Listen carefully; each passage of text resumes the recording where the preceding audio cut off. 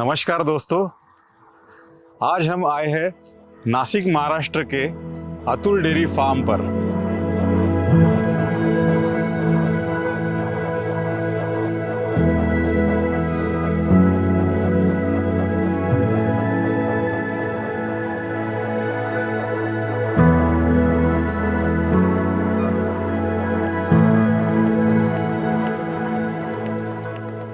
इस फार्म के ऊपर 570 HF गाय है, जिसका दूध निकाल के वो डेयरी के प्रोडक्ट्स बनाते हैं और नासिक शहर में बेचते हैं। तो इस पूरे फार्म का आज हम लोग टूर करेंगे, जिसमें गाय के शेड्स देखेंगे कैसे बंधे हुए हैं, उनके फीडिंग के लिए TMR का कैसा प्रबंध किया है, milking parlour automatic milking parlour है और उसका पूरा डेटा कंप्यूटर से हम लोग उसको स्टोर करते हैं, वो देखेंगे। गाय के लिए जो काउ कंफर्ट सुविधा है, जैसे कि स्विंगिंग ब्रश है, पानी पीने के लिए ऑटोमेटिक वाटर ड्रिंकिंग बाउल है, वो देखेंगे। गाय के शेडों का स्ट्रक्चर देखेंगे और यहाँ पर जो ड्राई एनिमल्स है, प्रेग्नेंट एनिमल्स है, बछड़े हैं, वो कैसे उनको हमने संभाला है, वो पूरी जानकारी देंगे।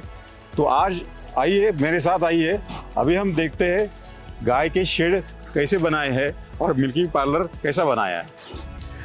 तो ये है गाय के शेड्स, जहाँ पे जानवरों को खुला छोड़ते हैं, और ये है उनके लिए लोफिंग एरिया। ये आप खुला बाड़ा देख सकते हैं, जहाँ पे गाय आके स्वस्थ रहती है।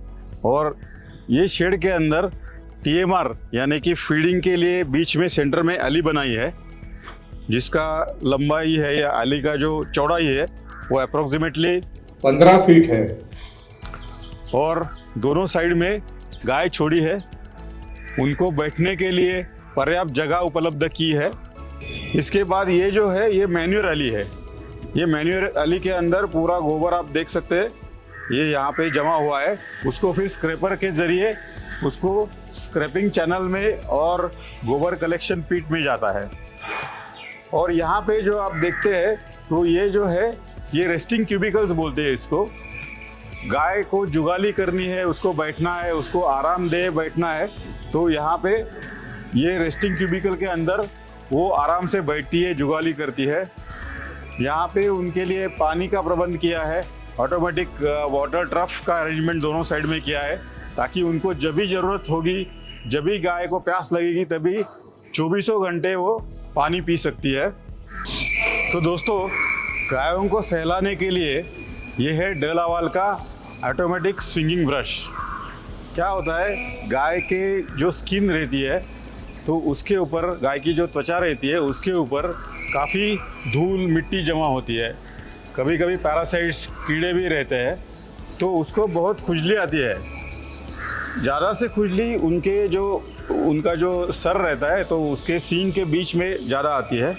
तो देखिए ये गाय कैसे उसको रगड़ के अपने आप को सहला रही है। इसकी वजह से गायों को बहुत अच्छा सुकून मिलता है। They become very comfortable with swinging brush. और ये स्विंगिंग ब्रश का खासियत ऐसा है कि जब भी गाय उसको टच करेगी, तभी ये ऑटोमेटिकली चालू हो जाता है। अगर वहाँ पे कोई भी गाय नहीं है, तो ऑटोमेटिकली ये बंद हो जाएगा। ऐसा ये 24/7 काम करता रहता है। जब गाय आती है, उसको टच करती है, तभी चालू हो जाएगा। जब भी कोई भी गाय नहीं है उसके साथ स्विंगिंग ब्रशिंग ग्रूमिंग करते हुए, तभी ऑटोमेटिकली बंद हो जाता है। अभी ये गाय के गले में आप देख रहे हो, तो उसके अंदर नेक बैंड डला हुआ है। नेक बैंड के ऊपर ऑरेंज कलर के नंबर आप देख सकते हो, ताकि हम गाय को आइडेंटिफाई कर सके, हम गाय को पहचान सके। क्योंकि इतनी सारी गाय रहती है, तो सही गायों को पहचानने के लिए ये नंबर्स बहुत उपयोगी रहते हैं। उसके नीचे जो नीले कलर में अगर आपको एक लॉकेट जैसा दिख रहा होगा, तो इसको बोलते हैं ट्रांसपॉन्डर। ये ट्रांसपॉन्डर क्या करता है, गाय जब भी मिल्किंग पार्लर में जाएगी, तभी इस ट्रांसपॉन्डर के जरिए मिल्किंग पार्लर में कंप्यूटराइज सिस्टम के जरिए गाय का नंबर आइडेंटिफाई हो जाएगा। गाय को पहचान लिया जाएगा कि ये X नंबर की गाय अभी मिल्किंग पार्लर में मिल्किंग के लिए आई है। तो उसने कितना दूध दिया, उसके बाद उसका लैक्टेशन का क्या साइकिल चालू है, वो कब ड्राई हो जाएगी, कब उसका इंसीमिनेशन किया हुआ है, ये सब डेटा या ये सब इंफॉर्मेशन, ये सब माहिती कंप्यूटर में जाएगी उस ट्रांसपोंडर के जरिए। ये ट्रांसपोंडर का जो उसके गले में लगाया हुआ है, उसके जरिए गायों का, हर गाय का आइडेंटिफिकेशन और उसका इंफॉर्मेशन पूरा कंप्यूटर सिस्टम में स्टोर हो जाएगा, जिसको हम बाद में उसका हम लोग एनालिसिस करके हम गाय को पहचान सकते हैं और गाय का पूरा जो लैक्टेशन का यील्ड है, उसका परफॉर्मेंस क्या है, वो पूरा हम लोग जान सकते हैं। इस फार्म में सुबह 4 बजे और शाम को 4 बजे 200 गायों का मिल्किंग करते हैं। तो गाय अपने शेड से ये जो टनल है पानी का या पानी का फवारा है, उसमें से चली आती है, उनको पूरा वॉश किया जाता है और यहाँ पे ये उनका वेटिंग एरिया है। यहाँ आके गाय रुक जाती है और यहाँ से गाय मिल्किंग पार्लर के अंदर जाएगी। तो ये उनका आने के लिए इनकमिंग पैसेज है और वैसे ही मिल्किंग होने के बाद, दूध निकालने के बाद वहाँ से ऐसे मुड़ के वो ये पैसेज से उनके फार्म में या उनके काउशेड्स में वापस चली जाएगी। ये जो है ये उसका वेटिंग एरिया है, यहाँ पे आके गाय रुकती है उसका टर्न आने तक। जब भी पार्लर का ये दरवाज़ा खुलता है, वैसे ही गाय ये साइड से और ये साइड से, यहाँ पे 8 मिल्किंग पॉइंट्स है, मतलब 8 क्लस्टर एक साइड में और 8 क्लस्टर एक साइड में, ऐसे 16 क्लस्टर का या 16 मिल्किंग पॉइंट का ये मिल्किंग पार्लर है। इसको बोलते हैं हेरिंगबोन मिल्किंग पार्लर, क्योंकि गाय यहाँ पे ऐसे क्रॉस खड़ी रहती है। और गाय को जाते वक्त जो हमने ट्रांसपोंडर उसके गले में देखा था, ये ट्रांसपोंडर यहाँ पे जो स्क्रीन है उसके जरिए ट्रांसपोंडर का नंबर आइडेंटिफाई होता है, उसका नंबर वो पहचान लेती है सिस्टम और वो कंप्यूटर को बताती है कि ये XYZ नंबर की गाय ये मिल्किंग पार्लर में मिल्किंग के लिए ये पॉइंट के ऊपर खड़ी है करके। ये कमर्शियली सबसे अच्छा थ्रूपुट देने वाला और कम से कम लेबर लगने वाला ये पार्लर है। जो गाय आती है वो अपनी जगह पे यहाँ पे खड़ी रहेगी, फिर पाइप से उनका थन, उसका आर्डर जो है वो पूरा वॉश किया जाता है। वॉश करने के बाद एक एक गाय को, ये जो क्लस्टर है ये उठा के एक एक गाय को क्लस्टर लगाया जाता है। दूध जो आता है वो पाइपलाइन के माध्यम से क्लस्टर से यहाँ पे उसका मेजरमेंट होता है, उसको नापा जाता है और हर एक गाय ने कितना दूध दिया वो यहाँ पे रिकॉर्ड होता है। ये मिल्किंग पॉइंट कंट्रोलर जो है यहाँ पे ये दिखाई देते हैं आपको, तो इसके अंदर वो नोट किया जाता है। और ये जो है मिल्किंग पॉइंट कंट्रोलर, ये मास्टर मिल्किंग पॉइंट कंट्रोलर है, ये बाकी सभी मिल्किंग पॉइंट कंट्रोलर को ये कंट्रोल करता है। तो इसके अंदर हमको गाय का कितना दूध चल रहा है, कितने स्पीड से दूध चल रहा है, मतलब मिल्क फ्लो पर मिनट कितना जा रहा है, उसका एवरेज मिल्क यील्ड कितना है, लास्ट 7 डेज का मिल्क कितना है, ये सब पूरा जानकारी इसमें आता है। और जो गाय का दूध निकल रहा है तो वो दूध भी कितना दूध जा रहा है उसके अंदर, वो पूरा जानकारी ये कंप्यूटर को भेजता है, ताकि हम लोग बाद में उसका एनालिसिस कर सके। जब भी पूरे गायों का मिल्किंग खत्म होता है तो पूरी बैच यहाँ से बाहर निकलती है और नई बैच गाय की यहाँ पे आने के लिए तैयार होती है और यहाँ आके खड़ी रहती है। दूध निकलने के बाद जब भी मिल्क का फ्लो जो है, दूध का स्पीड है, अगर कम हो जाता है तो ऑटोमेटिकली ये क्लस्टर जो है वो ऑटोमेटिकली खींचा जाता है। इसको बोलते हैं ऑटोमेटिक क्लस्टर रिमूवर या AMR। जब भी दूध खत्म हो जाएगा ये क्लस्टर अपने आप निकल जाएंगे और यहाँ पे हैंग हो जाएंगे। गायों को बाहर निकालने से पहले ये अगर आप देख रहे हो तो ये है टीट स्प्रे। ये टीट स्प्रे के माध्यम से हर गायों के थन के ऊपर ऐसा स्प्रे किया जाता है ताकि गायों को मास्टाइटिस से बचाया जा सके।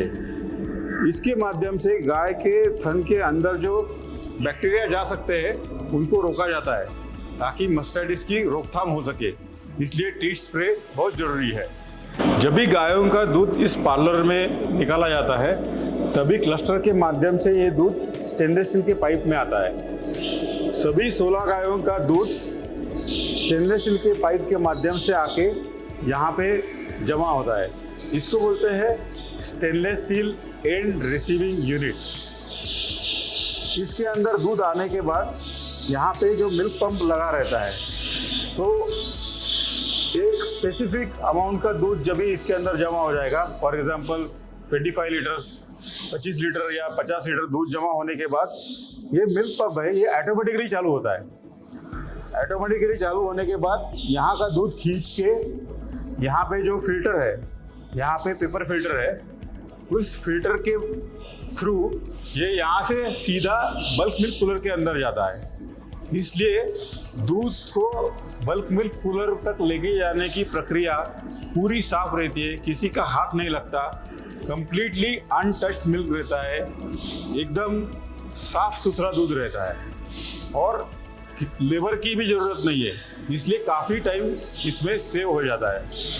अभी यहाँ पे जो 200-250 गायों का दूध रोज निकलता है, उसमें केवल 2 आदमी इस पार्लर में काम करते हैं। यानी कि देखिए, अगर हम हाथ से उनका दूध निकालना चाहेंगे तो कम से कम हमको 20 या 25 लोग लगेंगे, लेकिन यहाँ पे सिर्फ 2 लोगों के माध्यम से ये मिल्किंग पार्लर में पूरा दूध निकाला जाता है और वो भी एकदम साफ सुथरा हायजेनिक मिल्क। नमस्कार, माझं नाव doctor Sunil Vitthal Nagare, Atul dairy farm, Dhamangaon, Igatpuri, Nashik. तर आता आपल्याकडे डी लेवलचं सॉफ्टवेअर आहे। तर याच्यामध्ये आपण काय करतो, ज्यावेळेस गाईचं दूध निघतं त्यावेळेस डिस्प्लेवर तिथं नंबर दिसतो आणि तिने किती दूध दिलं त्याचा डाटा आपला इथं सेव्ह होतो, आपल्याला तो बघू शकतो आपण। आणि त्याच्या व्यतिरिक्त आपण बाकी गाईची एंट्री करू शकतो, जशी गायला आपण याय केल्यानंतर तिची डेट आपण टाकू शकतो। डेट टाकल्यानंतर आपल्याला त्याचे पुढचे 21 दिवसांनी कधी येईल हिटवर, किंवा समजा प्रेग्नन्सी चेक केल्यानंतर पुढचं तिचा ड्राय पिरियड, नंतर ड्राय पिरियडची डेट ती आपल्याला समजती। असं टोटल गाईचा डाटा आपल्याला सॉफ्टवेअरमध्ये इथं समजतो। तो मिल्किंग पार्लर से निकला हुआ दूध जो है वो सीधा बल्क मिल्क कूलर में आता है, वहाँ पे ठंडा होता है और ठंडा होने के बाद ये पाइप के माध्यम से सीधा उसको टैंकर में लोड किया जाता है। रोज़ करीबन 3000 लीटर दूध यहाँ पे तैयार होता है फार्म से, और ये 3000 लीटर का बल्क कूलर है जिसमें ये स्टोर करते हैं और यहाँ से निकाल के सीधा टैंकर में जाता है और टैंकर के थ्रू फैक्ट्री में जाएगा। वहाँ पे दूध के काफ़ी सारे प्रोडक्ट्स तैयार किए जाएंगे, उसका पाउचिंग किया जाएगा और ये साफ़ सुथरा दूध ग्राहकों को सर्व किया जाएगा। नमस्कार, मी अतुल देवरे, अतुल डेअरीचा संचालक। आमच्याविषयी सांगायचं म्हटलं तर आमच्या वडील, काका, आई आणि यांनी हा चालू केलेला बिझनेस 1976 मध्ये बुधवारपेठमध्ये एक छोट्याशा दुकान पासून सुरू झालेला हा प्रवास आजपर्यंत इथे येऊन पोचलेला आहे। तर आज इथं आपण उभे, ही आमची फॅक्टरी आहे। इथून आम्ही मिल्क प्रोसेसिंग, मिठाई आणि फरसाण या पद्धतीने प्रोडक्ट बनवतो आणि आमच्या आउटलेट्सला पाठवतो। इथे आपण टोटल 15 ते 20 हजारच्या लिटरच्या दरम्यान आपण प्रोसेस करतो आणि हे दुधासाठी आम्ही वेगवेगळ्या ठिकाणून आम्ही मागवत असो, पण ह्या दुधात आम्हाला जे पाहिजे होतं ते भेटत नव्हतं। मग यासाठी आम्ही ठरवलं की फार्म आमचा टाकावा आणि यासाठी आम्ही डी लावल या कंपनीशी निगडीत झालो आणि डी लावल सोबत आम्ही जो फार्म चालू केला, आता त्याला अराउंड 15 ते 16 वर्ष झालेत आणि त्याच्या सुरळीत आमचं त्यांच्यासोबत काम चालू आहे। डी लावल सोबत आम्ही आधुनिक तंत्रज्ञान वापरल्यामुळे आम्हाला दुधाची क्वालिटी आणि माणसंही कमी लागले। त्यामध्ये आम्ही milking parlour, TMR, activity sensor आणि वेगवेगळे त्याविषयी लागणारे, जसं बल्क कूलर झालं, दूध काढल्यानंतर लगेच तिथं थंड होणं, या कारणाने आम्हाला जी क्वालिटी भेटते आणि तीच क्वालिटी आम्ही ग्राहकांपर्यंत पोहोचवतोय, त्यामुळे डी लावलचा खूप मोठा उपयोग झालेला आहे आम्हाला।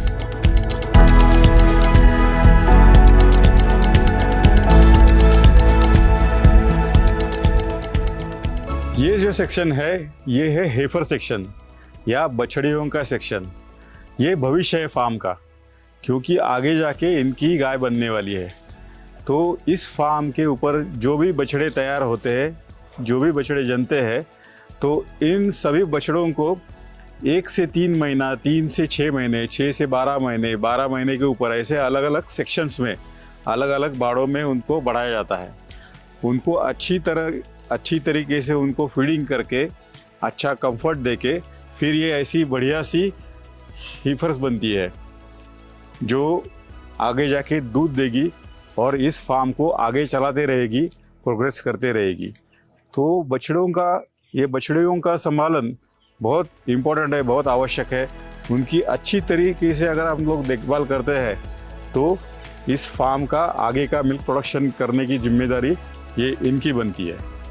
तो दोस्तों, आज हमने नासिक महाराष्ट्र के अतुल डेयरी फार्म का टोटल लेआउट देख लिया।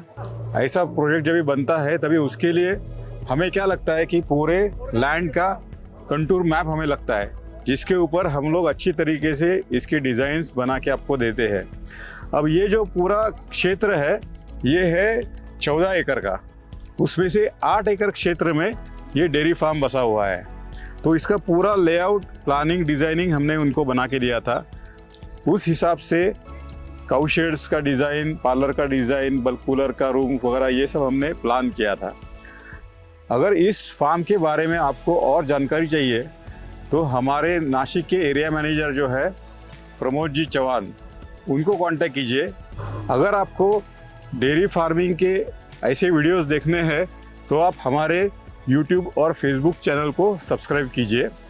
अगर आपको और कुछ डाउट्स है और कुछ जानकारी चाहिए तो कमेंट बॉक्स में हमको ज़रूर लिखिए। हम लोग उसका जितना जल्दी हो सके उतनी जल्दी रिस्पॉन्स करेंगे। धन्यवाद।